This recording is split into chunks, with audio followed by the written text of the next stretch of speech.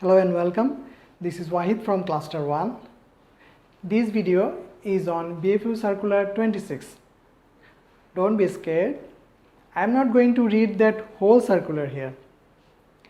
I will just pick out the new inclusions here so that you can get the updated information of the changes.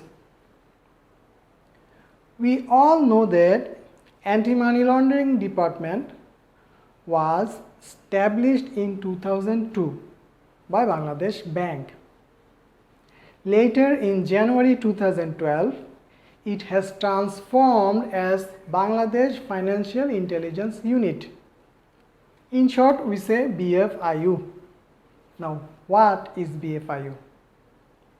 It is a separate central agency responsible for analyzing STRs, CTRs, and all other information related to money laundering and terrorist financing in Bangladesh. Why BFIU? The main objective of BFIU was to establish an effective monitoring and supervision system to prevent money laundering and terrorist financing. There are different types of functions that BFIU does.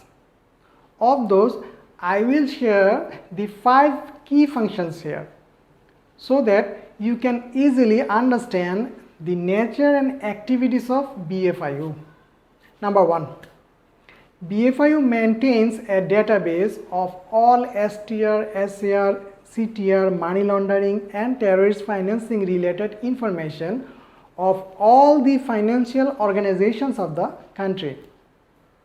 Number 2. BFIU receives complaints from different sources, analyze the same and allocate those cases to respective investigation authority for further action. At number 3, BFIU issues necessary directives, circulars and guidance notes for reporting organizations. At number 4, BFIU enforces compliance of the acts, rules and regulations. Lastly, at number 5, BFIU works together with various international organizations like FATF, APG, World Bank, Egmont Group, UNO, etc. regarding AML and CFT issues. Now, let's talk about BFIU 26.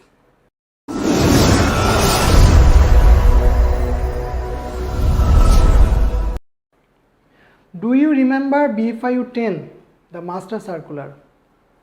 After the amendment of circular 10, we got BFIU circular 19, and in continuation of that, now we have BFIU 26.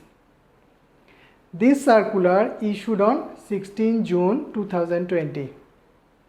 Remember the date please, it is important. 16 June 2020. BFIU 26 has superseded all the previous AML circulars except circular 22, which was about Anti-Terrorism Act 2019.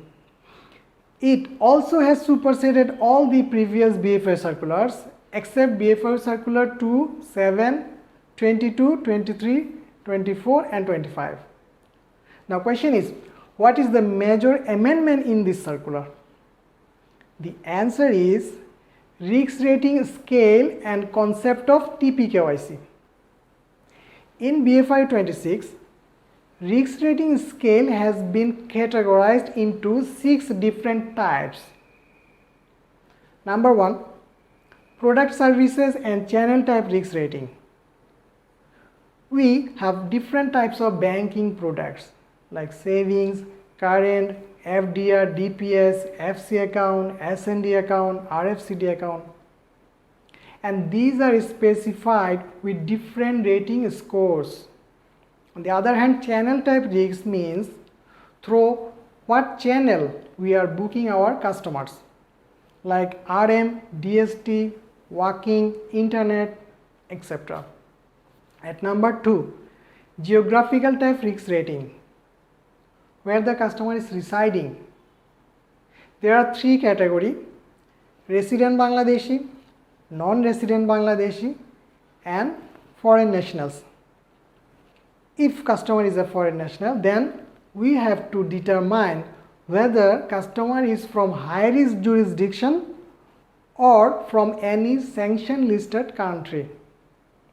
At number 3, relationship type risk rating means whether customer is a PEP or IP or close associates of PEP, IP or head of international organization.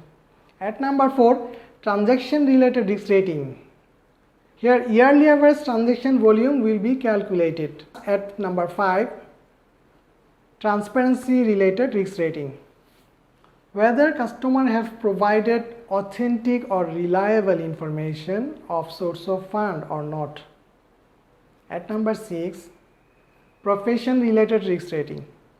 Profession with which customer is engaged in, like service, business, self-employed, housewife, student, landlord, etc. Now I would like to sum up here with 3 important notes guided by our money laundering department. Number 1, new TPKYC will be applicable for both existing and new accounts. Number 2, TPKYC will be filled up by branch officials, not by customer. And customer's signature will not be required in TP anymore.